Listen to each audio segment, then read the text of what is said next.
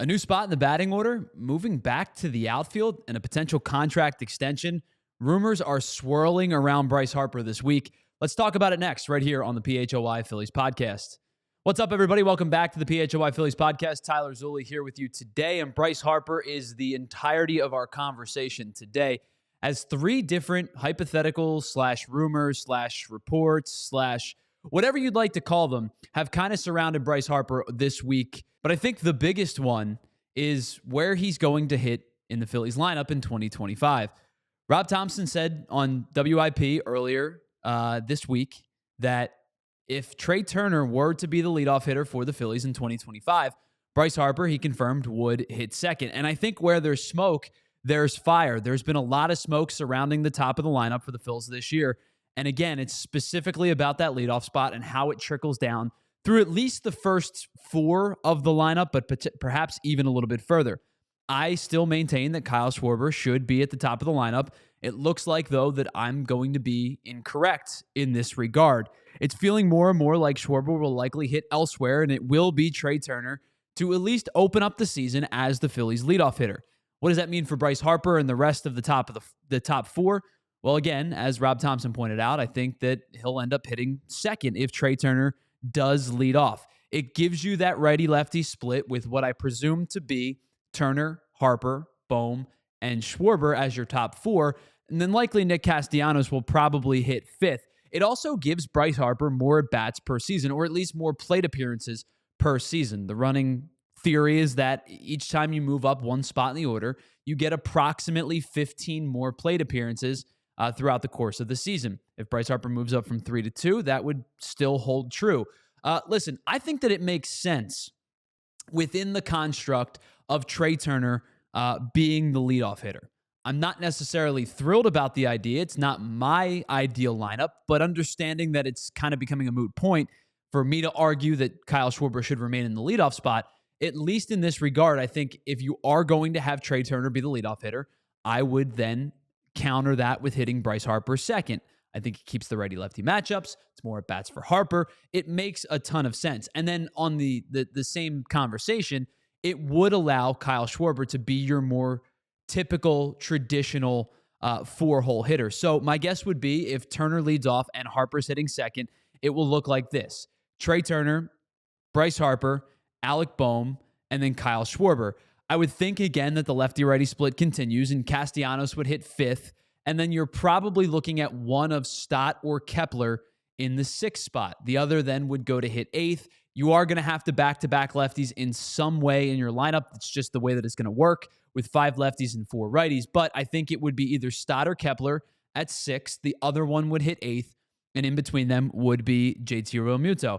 I don't love the idea of the left-handed hitters being down at the bottom of the lineup as the 2 lefties being back-to-back. I've been pretty adamant about the fact that if I'm going to have the lefty-lefty and it be at the bottom of the lineup, I would bookend Brandon Marsh at 9 and then resurface with Kyle Schwarber in the leadoff spot. But again, I think I'm kind of swimming upstream. And at this point, I probably, if I'm in a boat, don't even have a paddle at this point of the conversation.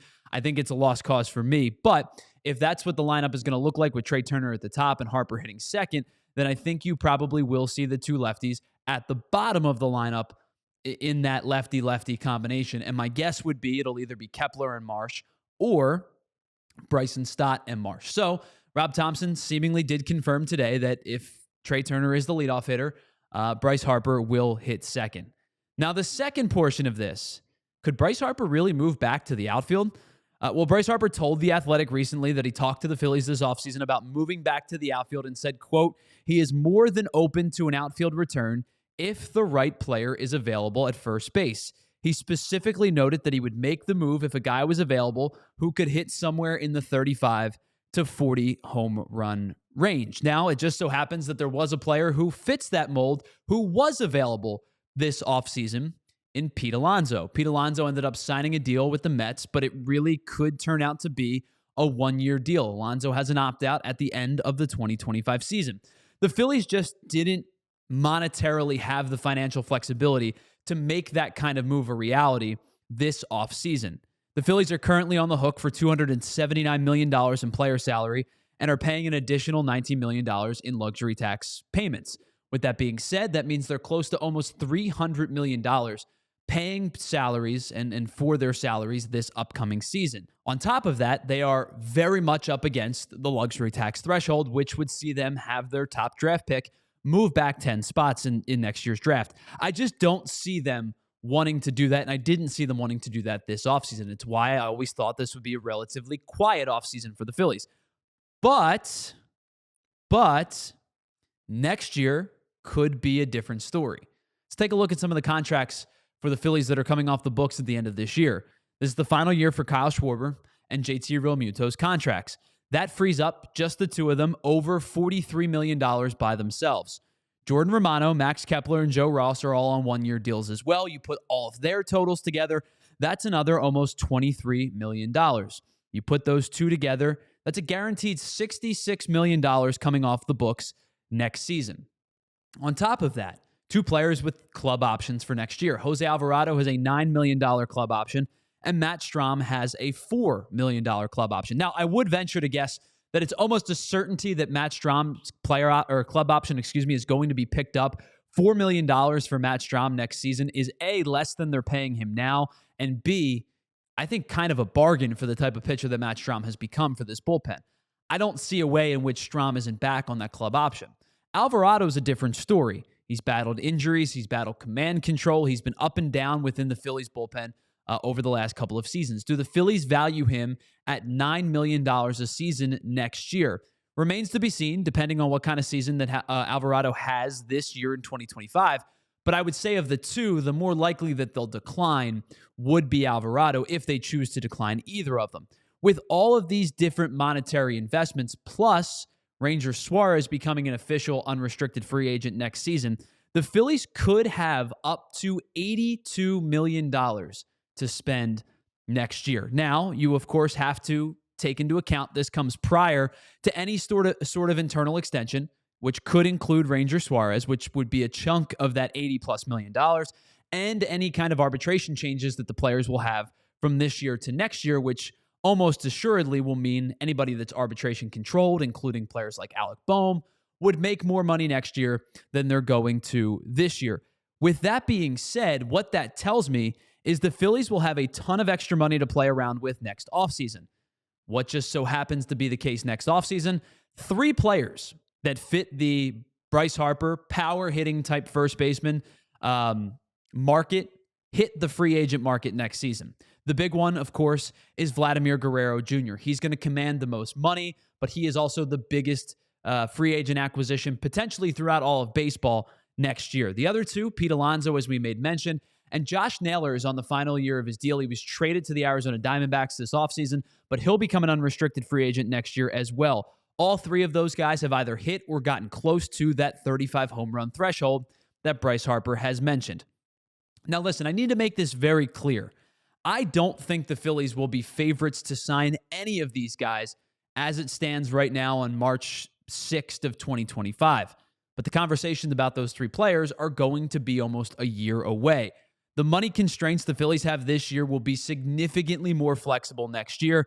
A free agent signing or a trade could be much more reasonable in 2026. Now, the third part of this conversation, and I think it's the conversation that seems to stir at this point of the offseason just about every year, is a Bryce Harper contract extension. Harper's agent is Scott Boras, and you know what Scott Boras is up to and what he's got up his sleeve most of the time. He's simply doing his job in discussing an extension and likely what would be a reset of the AAV for Bryce Harper. It's kind of par for the course. It's what Scott Boras does. Really, it's what any good agent would do for their players in trying to get them the most money they possibly can. Listen, I've maintained for years now that Bryce Harper's contract gets better and better every season. By AAV, Harper will be the 22nd highest paid player this year, just as he was last year. And since his contract fully kicked in back in 2020, he's never been more than the 15th highest paid player by AAV in any given season. Harper wants to get an extension done and retire as a Philly. That's pretty clear to just about everybody with 2 eyeballs that watches this team. He also thinks he can play into his 40s. Based on his AAV, he probably deserves more money. I don't think, though, the Phillies are in a rush, especially anytime soon. They know what their payroll limitations are and the limitations that they have in spending right this second. They also know better than anybody what kind of relative bargain Harper's contract has become. They love Harper. Harper loves Philly. But I think the Phillies would also love to not have to pay him anymore on the business side of things if they don't have to. I think Bryce Harper is a shrewd enough veteran and understands the business of this game to understand that idea as well. He's been a pro for 14 years. He knows what the business side of things is. So as long as things don't totally sour, I think the Phillies will try to continue to push this conversation down the road for as far as they can and hope to add to the lineup in the coming years. Next year will be an interesting offseason for the Phillies. We'll see what they do with their monetary flexibility for the first time in a couple of seasons, but don't rule out in its entirety the Phillies bring in another bat in the 2026 offseason.